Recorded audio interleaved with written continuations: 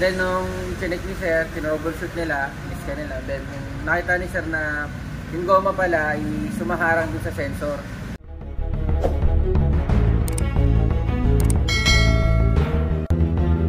So guys, meron tayong bagong unit dito na na Hyundai 2001. So ang pinaka-issue nito, pag sinalangan ng scanner, lumalabas yung mayroon trouble code. After that, dinidelete lang nila at after 2 days, according sa may-ari, ay bumabalik. So ganun pa rin ang ginagawa niya. Pinapadelete niya kasi siya buy and sell ang may-ari nito, at kaya nga ang kanya daw mga mekaniko ngayon ay busy. So malapit lang sila dito sa amin, at ito na nga, sinalangan din natin ng scanner para malaman natin kung ano yung pinaka-trouble. So sinasalangan ni Sir John, at nandito po yung pala may-ari ng ng Hyundai. So ano pinaka ano nga pala pangalan niyo, sir? Mark po. Si Sir Mark na may-ari ng Hyundai. Pwede po bigyan mo kami ng konting sir, history. Yun, pinalitan ko yung niya, vacuum valve. Tapos kasi nabili ko siya, okay naman siya. Nagkaroon ng konting tagas, ng leak sa bandang turbo. Siyempre, hindi ko rin pwede ibenta ng ng may sira. Kaya kailangan pagawa talaga muna. So, yun po guys, no, pag natapos yung sasakyan ni Sir, bibenta niya, baka gusto nyong bilhin, PM nyo lang ako. At ito nga, sinalangan na ni Sir John ng si Sir John. Salamat natin para makita ko. So, yung talaga guys, no, the best talaga sa isang shop na mayroon po tayong scanner para mangyari sa atin pag ginagawa natin ay hindi po tayo nangangapa o nanguhula, lalo na sa panahon ngayon na kadalasan talaga ay may mga engine light on.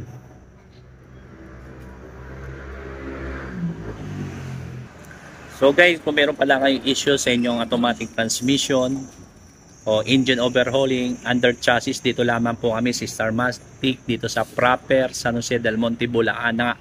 Along the highway lang kami guys. Pwede nyo ako hanapin, si Mr. Pads o si Sir John sa lugar na ito. At ito na nga guys, no, na isa lang na po natin yung scanner.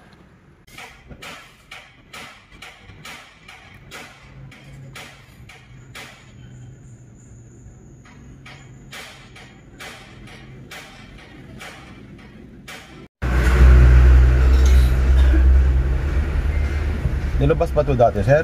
Nilabas sa... Yung code niya dati? Sinalangan nyo? Opo. Nilabas dati ito? Ito, yung fuel temperature sensor. Stop ng stop position sensor. AC with bank 1. Picture mo, sir.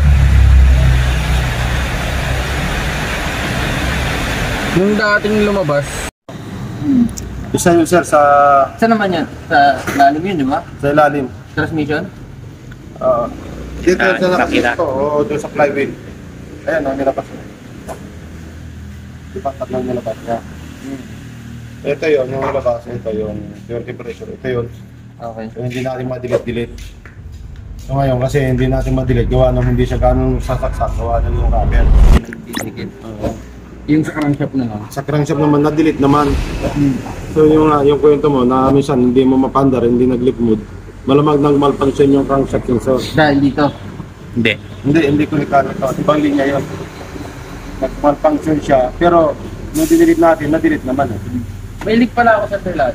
So guys, nakita natin dito meron siyang engine light on. Pag in-start na natin ngayon, so ang nangyari na ngayon guys ay wala na yung engine light on.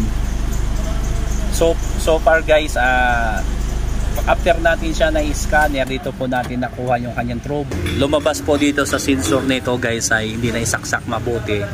At ngayon kakausapin natin yung may-ari ng sasakyan nito kung ano yung masabi niya patungkol sa kanyang sasakyan, dahil pina-start natin ngayon wala na yung engine light on. So guys, kausapin natin si Sir Mark patungkol sa kanyang sasakyan na pagkatapos po natin na i-scan. So bigyan natin siya konting interview. Sir, anong masasabi niyo sir pag after po namin ng pag-scan, pag-check ng sasakyan mo? So naging satisfy ka ba at nakuha ba natin yung sa tingin mo yung trouble Okay sir, kasi nung ginagamit ko siya, may check engine siya lumabas. And then nung chinek ni sir, tinroubleshoot nila, miss ka nila. Then nung nakita ni sir na yung goma pala ay sumaharang dun sa sensor, kaya hindi nakakabit. So, ayun, yung tinanggal ni sir, tinanggal niya to and then binalik niya. Tapos, ngayon pinanda namin, okay na, wala na check engine. So, sir, maraming salamat sir sa pagpasyal mo dito sa Star Matic sa Pampalay, San Jose del Monte. Salamat guys. Thank you.